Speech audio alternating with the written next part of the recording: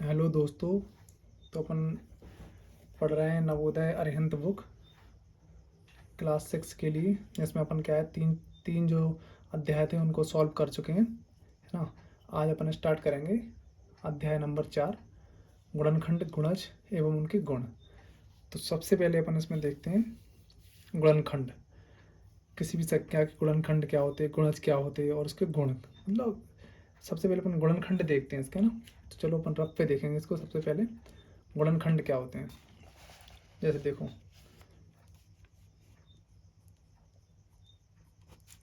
गुणनखंड है ना, कोई संख्या ले लो आप। जैसे मान लो अपने 10 ली, 10 एक संख्या है, इसके गुणनखंड करेंगे अपन। गुणनखंड मतलब सिंपल सी बात है जी, किस किस से कट जाएगी, जी किस किस से डिवाइड, विभाजित जिनसे हो जाएगी, वो इसके गुणनखंड है। बस सीधी सी बात है ना, गुणनखंड। जैसे जी एक से भी गुण कट रही है, इसको गुणनखंड कर लें अपन। ऐसे करते वैसे नॉर्मल गुणनखंड, तो अपन 2 से काटेंगे, 5 आएगा, 5 एकम 5 जी होगा इसका। तो मतलब क्या क्या होगा इसके गुणनखंड, देखो अपने गुणनखंड होगा इसके। नंबर 1 पे तो मिला हमें 1, है ना। तो 1 इसका गुणनखंड है। पहली बात इसके क्या लिख रहे हैं अपन, गुणनखंड,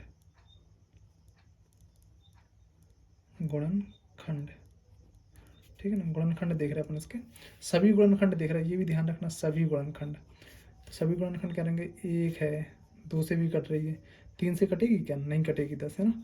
4 से भी नहीं, 5 से कट जाएगी, 6 से कटेगी नहीं, 7 से नहीं, 8 से नहीं, फिर आएगा 10। ये इसके क्या होगा, गुणनखंड होगा इसके, क्या होगा, गुणनखंड। अब क्या होता है सभी गुणन, अब गुणनखंड भी पता 2 प्रकार के होते हैं। एक तो होते हैं सभी गुणनखंड, एक होते अभाज्य गुणनखंड। अभाज्य क्या होते हैं वो देख लो। अभाज्य का मतलब क्या है, जो किसी से भाज्य ना हो, है ना। तो अभाज्य देखो, इसमें एक एक ना तो भाज्य ना अभाज्य, तो अपन उसको लेंगे नहीं, अपन देंगे 2 से। 2 है एक तो, और एक हमारा 5 है। 10 कैसा है, 10 भाज्य है भाई साहब, हमें चाहिए अभाज्य। तो 10 के 2 गुणनखंड है केवल, 2 और 5। 10 के 2 अभाज्य गुणनखंड केवल 2 ही हैं। मतलब 10 के अभाज्य गुणनखंड 2 हैं, एक तो 2 है और एक 5 है, ठीक है। अपन 10 गुणनखंड की बात हो गई। गुणनखंड के बाद क्या रहता है, अगर अपन ऐसे देख लें, अब गुणनखंड हो गया, अब पढ़ेंगे अपन गुणज। गुणज क्या होता, 10 के गुणज निकालने अपन। 10 के गुणज होते हैं, सीधी सी बात, 10 का पहाड़ा। लेकिन ये पहाड़ा वो पहाड़ा नहीं है जो 10 तक पढ़ा जाए केवल। जैसे 10 का पहाड़ा फिर हम 10 तक पढ़ लिए अपन ने और ख़त्म कर दी कहानी। लेकिन ये 10 तक का पहाड़ा नहीं है। इसको अपन जितनी क्वेश्चन बोल रहा है उतने पहाड़े अपन पढ़ सकते हैं, उतने तक मतलब। तो 10 के गुणज क्या होगा, 10 का पहला गुणज, पहला गुणज होगा इसका 10, दूसरा होगा 20, तीसरा 30, चौथा 40, पाँचवा 50, छठवा 60, ऐसे तुम अनंत तक ले जाओ उसको, कोई दिक्कत नहीं है। तो ये इसके गुणज होते हैं, है ना। तो अपन देखो 2-3 चीज़ इसमें, दो एक तो गुणनखंड और दूसरा गुणज, इसी का चैप्टर है ये, है ना। इस पे ही क्वेश्चन बनेंगे। तो अपन चलो अपन इसके आगे करते हैं। सबसे पहले स्टार्ट करते हैं इसका विगत वर्ष वाले क्वेश्चन, है ना। अब देखो विगत वाले वर्ष वाले क्वेश्चन पे जाते हैं अपन सबसे पहले। इसमें पहला क्वेश्चन अपन को मिलेगा, तो देखो अपन पहला क्वेश्चन स्टार्ट करते हैं। 9 तथा 7 दोनों का एक उभयनिष्ठ गुणज संख्या ए है। यह संख्या 1200 तथा 1300 के बीच में है, तो संख्या ए क्या है। मतलब सिंपल सी बात है, इन दोनों का गुणज, तो इन दोनों का पहला गुणज मिलेगा हमें 7 63। 9 का पहाड़ा अपन 7 बार पढ़ लेंगे या 7 का 9 बार पढ़ लेंगे, तो इसका हमें पहला गुणज मिलेगा 63, 36, है ना। अब 36 से अपन डिवाइड देंगे, तो सीधी सी बात इसमें देखो, 9 से अगर अपन ऐसे चेक करेंगे ना, तो चेक करने से भी मिल जाएगा। लेकिन अपन यार सिंपल सी बात है, अपन 1200 में अगर डिवाइड दे के देख लें इसका 63 का, तो भी आंसर आ जाएगा। और अगर अपन चाहें तो 9 का भाग दे के भी चेक कर सकते हैं इसको। तो देखो सबसे पहली बात इसमें 9, देखो ये क्वेश्चन तो अपन पहले ही सॉल्व कर लिया, कहेगी ये ऑप्शन तो हो ही नहीं सकता इसका। पूछो क्या है कि ये 1200 से कम है, पहली बात। दूसरी बात, अब हमारे पास बचे 3 ऑप्शन, ठीक है। तो इनको अपन चेक करें ले रहे हैं, क्या कि देखिए ना 1200 में अगर इसमें अब अगर अपन 9 का भाग दें, तो 6 और 3 9, ये बिल्कुल चला जाएगा, ठीक है ना। अब 7 का चेक कर लो, 7 एकम 7 कितना बचा यहाँ पे, 5 बचा, 7 8 56, ये अपना आंसर हो जाएगा भाई साहब, है ना। तो हम ये नहीं कि 63 का भाग देंगे तो थोड़ा लंबा हो जाएगा। अपन सिंपल सी बात है 9 से चेक करेंगे इसको और 7 से, क्या है कि 9 7 दोनों का उभयनिष्ठ गुणनखंड है। अब देखो जैसे अपन इसमें देंगे 9 का भाग, तो 9 का भाग इसमें चला जाएगा और 7 का और दे के देख लो, 7 का भाग देंगे तो कितनी बार जाएगा, 7 एकम 7, कितना बचा यहाँ पे 5, तो 7 छिंग 42, कितना बचा यहाँ पे 8, है ना, सॉरी 7 7 49 कर लेंगे अपन, एक बचा तो 7 दूनी 14, तो ये भी नहीं जाएगा। इसमें दे के देखेंगे तो 6 और 6 12 और 3 15, मतलब इसमें 9 का भाग नहीं जाएगा। तो सिंपल सी बात है अपन ये अपना आंसर हो जाएगा, ठीक है ना। अब देखो अगर अपन 6 के पहले 4 गुणजों का योग क्या होगा, 6 के पहले 4 गुणज, तो यार सिंपल सी बात है, अगर अपन 6 के पहले 4 गुणज निकालेंगे तो पहला गुणज मिलेगा हमें, देखो 6 के पहले 4 गुणज, तो 6 का पहला गुणज तो 6 ही होगा, दूसरा 12, तीसरा 18, चौथा 24, है ना, 6 कम से 6 3 बार 6 3 6 24, 4 गुणजों का क्या पूछा उसने, योग, तो अपन योग मतलब इनको अपन जोड़ देंगे, इनको क्या कर देंगे अपन जोड़ देंगे। तो देखो 12 और 18, ये 12 और 18 कितने हुए 30, 6 और 24 कितने हुए 30, 30 और 30 60, तो हमारा आंसर आ जाएगा 60, ठीक है। तो देखो 6 के पहले 4 गुणजों का योग कितना होगा 60, ये आंसर हो जाएगा भाई साहब। अपन चलते 6 के प्रथम 5 गुणजों का योग, देखो पहले उसने पूछा 4 गुणजों को, अब 5 का बताना, तो सिंपल सी बात है इसमें, देखना जैसे उसने 4 गुणज तो हो ही गए थे, तो पाँचवा में क्या मिलता, 6 को 24 6 5 30 मिलता, पाँचवा में क्या मिलता 30, पहला होता 6, दूसरा 12 18 24 30, तीनों मिले, इनका जोड़ तो हमें पता ही है 60 था, इसको और जोड़ दो आंसर हो जाएगा 90, कितना होगा, तो ये 90 आंसर होगा हमारा, ठीक है। अपन चलते, ये अपना आंसर हो जाएगा 90, ठीक है ना। देखो 6 के प्रथम 5 गुणजों के योग से आने वाली संख्या के दहाई और इकाई के स्थानों पर आए अंकों का अंतर क्या होगा, मतलब ये कह रहा कि 6 के प्रथम 5 गुणजों का योग, 6 के प्रथम 5 गुणजों का योग से आने वाली संख्या के दहाई तथा इकाई के स्थानों पर आए अंकों का अंतर क्या होगा, सॉरी यार अंतर पूछा उसने, अंतर मतलब होता है घटाना। तो देखो 6 के प्रथम 5 गुणजों का योग अपन ने निकाल लिए, पहले 90 था, ठीक है 90, अब वो कह रहा एक दहाई और इकाई के स्थानों पर आए अंकों का अंतर, तो यार 9 में से अगर अपन 0 घटा देंगे तो आंसर कितना होगा, 9 ही होगा ना, है ना, आंसर जी हो जाएगा 9, ठीक है। क्या कि वो कह रहा है कि दहाई और इकाई के स्थानों पर आए अंकों का अंतर, तो दहाई पे जे आया इकाई पे जे आया, अगर इसको घटा देंगे तो आंसर 9 ही आएगा अपना, है ना। अब देखो अपन चलते,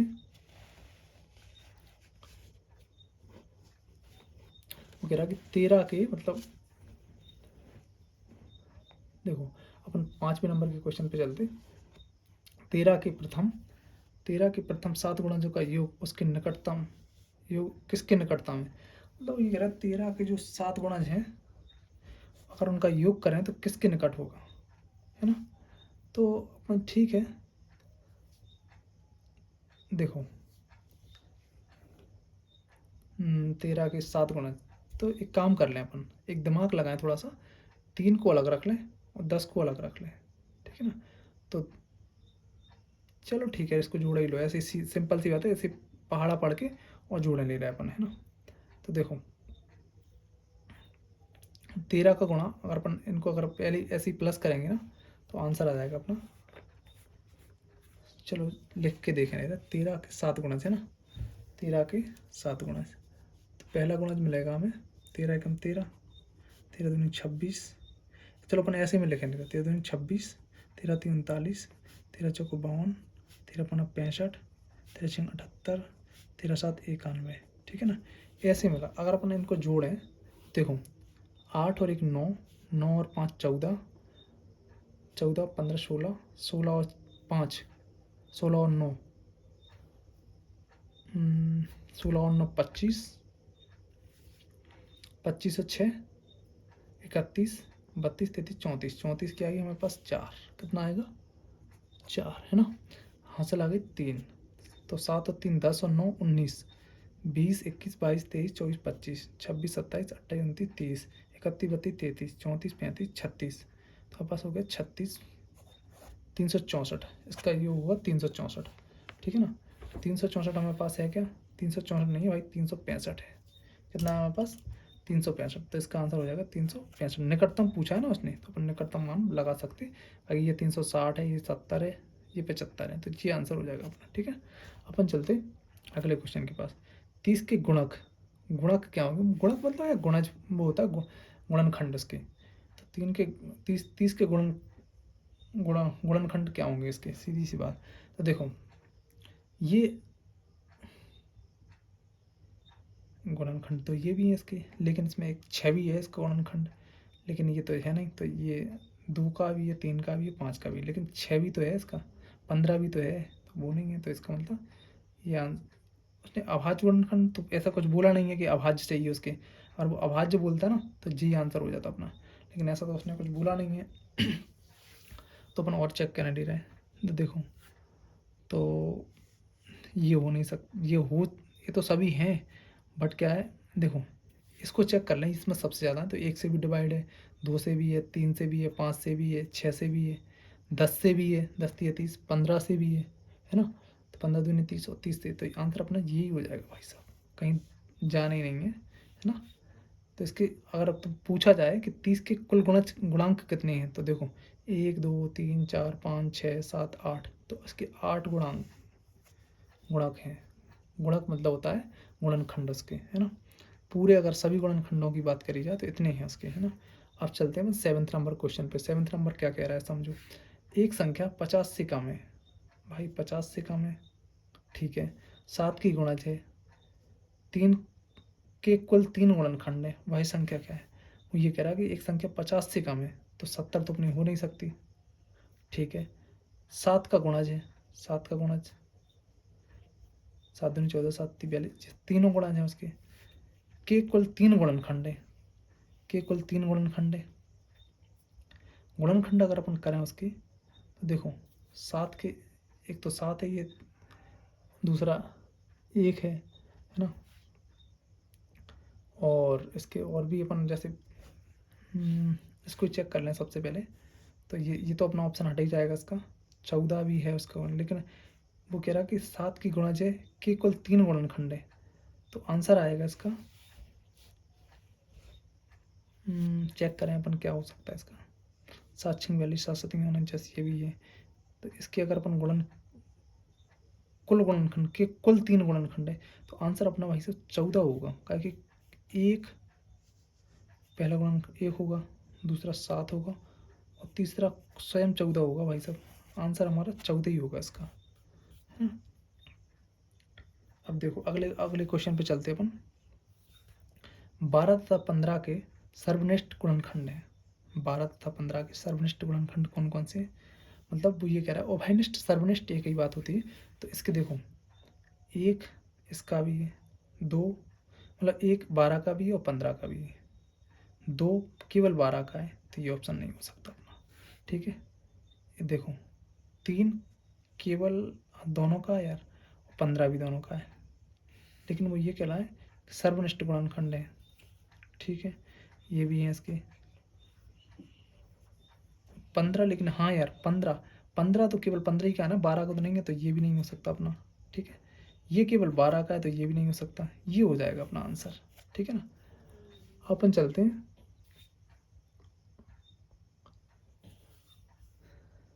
अब अपन चलते हैं 9 नंबर क्वेश्चन पे।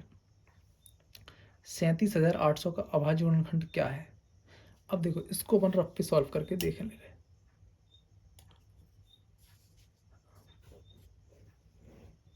कितने, इसको अपन 37,800 का अभाज्य गुणनखंड क्या है? चलो अपन इसको उस पर रफ पे सॉल्व करके देख ले रहे हैं।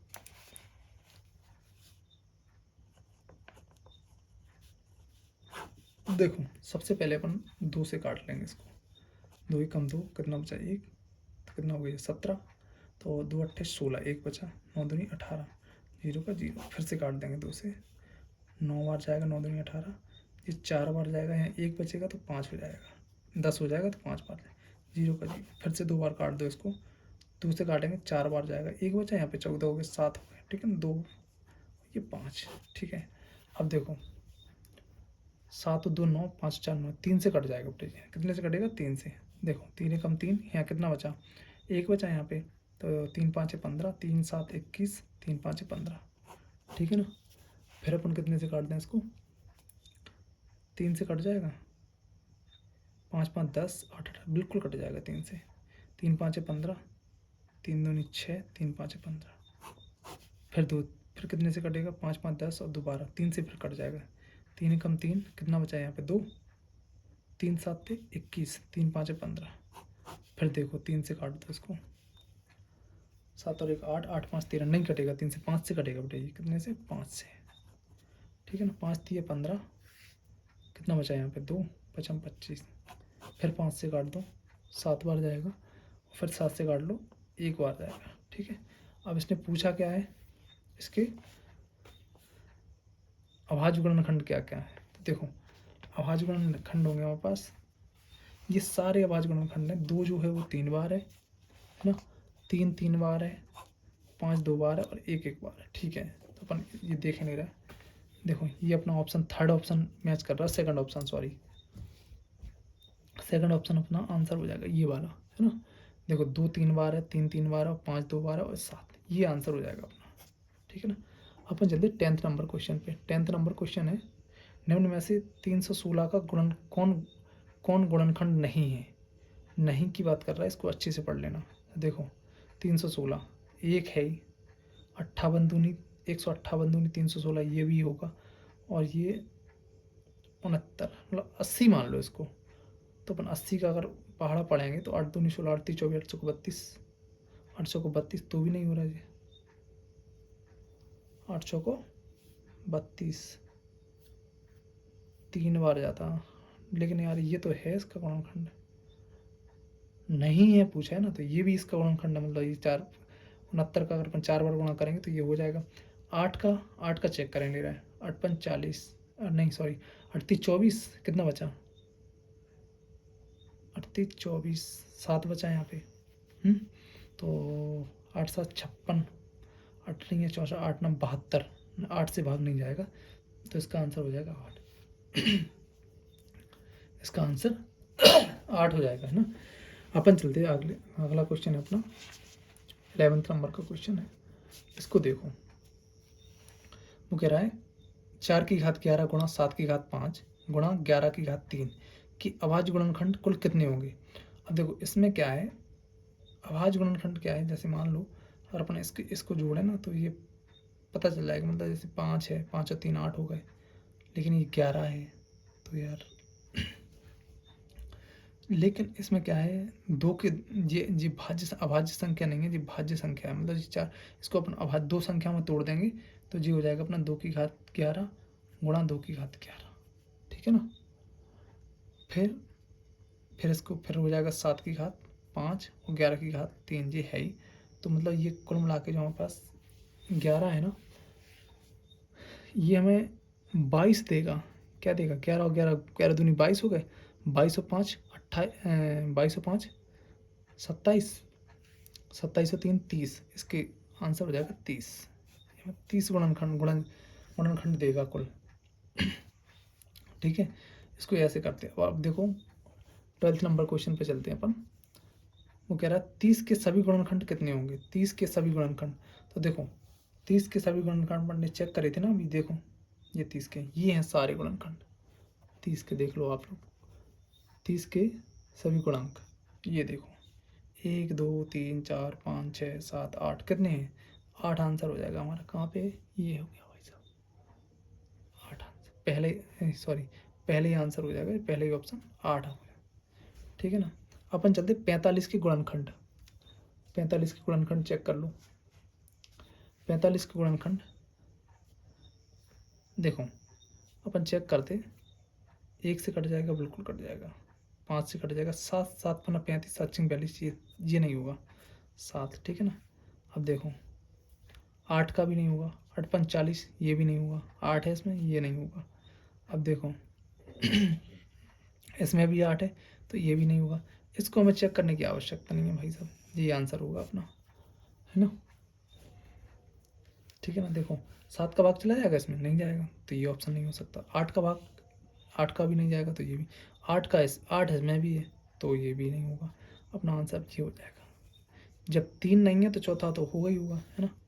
अब अगला क्वेश्चन है, निम्नलिखित में से कौन सी संख्या 12 का गुणज है। 12 का गुणज है, देखो ये जा नहीं सकता, इसमें जा नहीं सकता, इसमें जा नहीं सकता। 12 का भाग, आंसर बचा 12 12 144, यही आंसर हो जाएगा अपना। गुणज का मतलब होता है जो उसकी पहाड़ी में आ जाए। तो अगर अपन इसका 12 का पहाड़ा 12 बार पढ़ेंगे तो 144 आ जाएगा। ये 12 के पहाड़े में आता नहीं है, ये 12 के पहाड़े में आता नहीं है, तो ना ये आता है, तो आंसर हो जाएगा अपना ये वाला। ठीक है ना। अपन चलते 15 नंबर क्वेश्चन पे। निम्नलिखित में से कौन सी संख्या अभाज्य है। अभाज्य का मतलब है इसमें भाग ना जाए, तो ये तो मैं पहले ही बता चुके, है ना। तो इसका आंसर हो जाएगा, देखो 6 तो भाज्य है, 9 भी भाज्य है, 12 भी है, 5 नहीं है, ये है अभाज्य संख्या। ठीक है ना, यही आंसर हो जाएगा अपना। निम्नलिखित में से कौन सी संख्या भाज्य है। अब इसमें कह रहा है भाज्य की, ठीक है ना, भाज्य की। तो देखो इसमें 59 किसी से कटता नहीं है, ठीक है ना। 61 किसी से कटता नहीं है, 109 ये भी किसी से नहीं कटता, आप चेक कर सकते।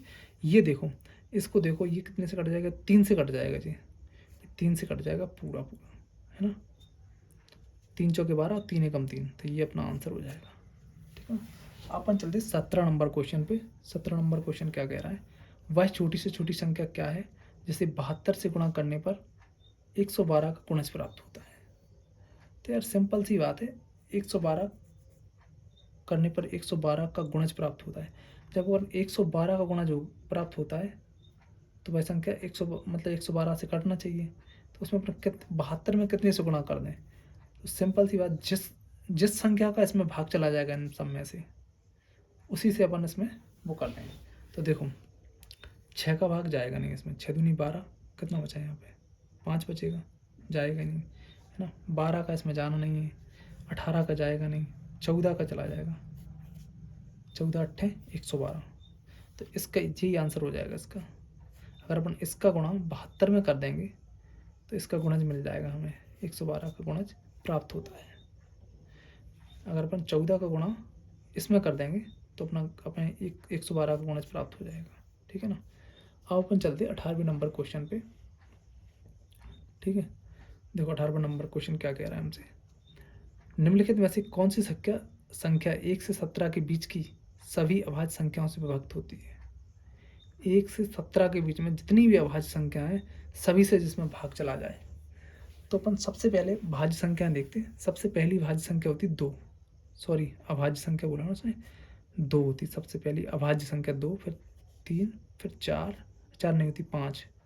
तो पहले अपन इन तीनों से चेक कर लें, 2 का भाग इसमें जाएगा नहीं, इसमें भी नहीं जाएगा, इसमें चला जाएगा 2 का, लेकिन 3 का चेक कर लें। तो देखो 4 4 चौके 16 हो रहा है, 16 में 3 का भाग जाएगा नहीं, तो ये भी नहीं हो सकता। ठीक है ना। तो सिंपल सी बात है, अब जब ये नहीं हो सकता तो आंसर अपना ये बचेगा भाई साहब, इसको हमें चेक करना नहीं है, इसमें चला जाएगा अपना भाग। अगर अपन ऑप्शन से इसको करेंगे तो बहुत जल्दी हो जाएगा, और अगर अपन ऐसे चेक करते रहे भाग दे के तो बहुत बड़ी समस्या आने वाली भाई साहब, अपन 10 मिनट में भी इसको सॉल्व नहीं कर पाएंगे और कोई मतलब नहीं रहेगा। तो व्यवहाज्यता के नियम सबको आने चाहिए, है ना। क्योंकि 2 से देखो लास्ट का अंक 3 है, तो 2 से भाग तो इसमें जाना नहीं है। इसका लास्ट का अंक 5 है, तो इसमें भी नहीं जाना। इसमें 2 का भाग चला जाएगा लेकिन 3 का नहीं जाएगा। 3 का कैसे, 3 का होता है ना कि सभी संख्याओं का जोड़ होता है, उसमें अपन भाग देते। तो इसमें देखो 3 से जाएगा नहीं, 3 से अगर अपन इसको काटेंगे 1 बचेगा, तो एक फिर एक मतलब इसमें जोड़ देंगे 5 हो जाएगा, तो यहाँ 2 बचेगा, 2 इसमें जोड़ देंगे 6 हो जाएगा, ये कट जाएगा 4 बचेगा, फिर 1 बचेगा यहाँ, तो इसलिए जी नहीं है, इसमें चला जाएगा पूरा। 3 का भी चला जाएगा, 5 का भी, देखो 0 है तो लास्ट में 5 का भी चला जाएगा, 5 और 1 6, ये कट जाएगा, 5 और 1 6, ये भी कट जाएगा। कुल मिला के इसमें भाग सभी संख्याओं का चला जाएगा, लेकिन इन तीनों में नहीं जाएगा। अब देखो कौन सी संख्या 45 से विभक्त होती है। 45 से मतलब 45 का पहाड़ा तो अपन पढ़ने बैठेंगे नहीं, ना भाग देंगे। तो 45 का अपन सिंपल सी बात है, इसको 2 टुकड़ों में तोड़ लेंगे, 9 पना 45, 9 और 5 में। ठीक है ना। अब हमें पता चला कि जिस संख्या में 5 का भाग चला जाए और 9 का भाग चला जाए वो 45 से भी विभाजित हो जाएगी। तो अपन सबसे पहले चेक करते 5 से। तो देखो 5 का इसमें भी चला जाएगा, इसमें भी चला जाएगा, इसमें भी चला जाएगा, इसमें भी चला जाएगा। भाई साहब 5 की कहानी ख़त्म। अब अपन चेक करते 9 से। तो देखो 9 से जिस संख्या का योग 9 से कट जाएगा, पूरी संख्या भी 9 से कट जाएगी। तो सबसे पहले अपन उठाते यही वाला। तो 8 और 1 9, ये भी कट गया। 6 5 11, 11 और 1 12, ये 9 से नहीं कटेगा, तो ये ऑप्शन नहीं है अपना। अब देखो 8, 8 और 2 10, 10 और 2 12 और 6 18, ये 9 से कट जाएगा भाई साहब, ये 9 से कट जाएगा। अब इसको देखो, ये 9 से कट जाएगा। 3 3 6 7 8, ये नहीं कटेगा, ठीक है ना। इसको देखो 5 5 10, 10 5 15, 15 और 2 17, ये भी नहीं कटेगा। 9 दूनी 18 होता तो कट जाता, 17 है, ये भी नहीं कटेगा। तो आंसर हो जाएगा अपना ये थर्ड ऑप्शन, ठीक है ना। अपन चलते 75 के अभाज्य गुणनखंड कितने हैं। तो देखो 75 के अभाज्य गुणनखंड, भाज्य की बात नहीं कर रहा, अभाज्य की बात कर रहा है। तो देखो 75 के अपन सबसे पहले 6 का भाग 75 में चला जाएगा, नहीं जाएगा, ये भी नहीं हो सकता।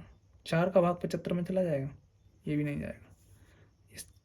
ये हो नहीं सकता। आंसर हो जाएगा अपना ये, बगैर बगैर कुछ करे आंसर आ गया। सिर्फ ऑप्शन को देख के, ऑप्शन को अच्छे से देखो और पता करो कि पूछ क्या रहा है। 75 के अभाज्य गुणनखंड, तो इस 4 का भाग 75 में जा ही नहीं सकता।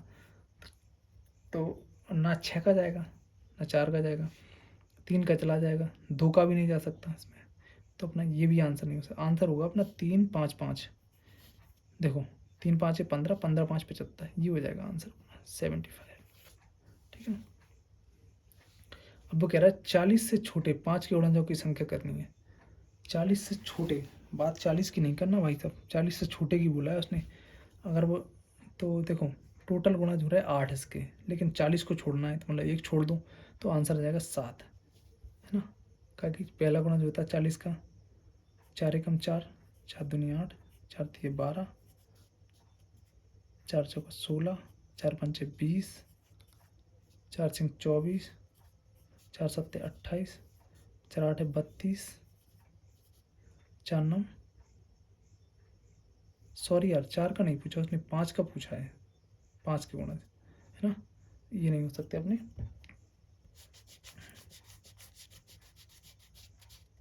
ये नहीं होंगे, ठीक है ना।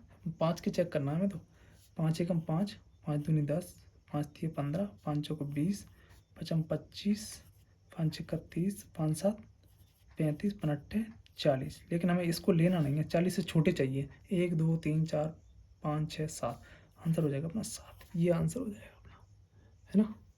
ये लेना नहीं है हमें, 40 से सभी छोटे लेना, तो आंसर हो जाएगा अपना 7, ठीक है। तो अगर सेशन पसंद आया हो तो उसको लाइक करना, सब्सक्राइब करना यार, और कमेंट्स भी करना, ठीक है।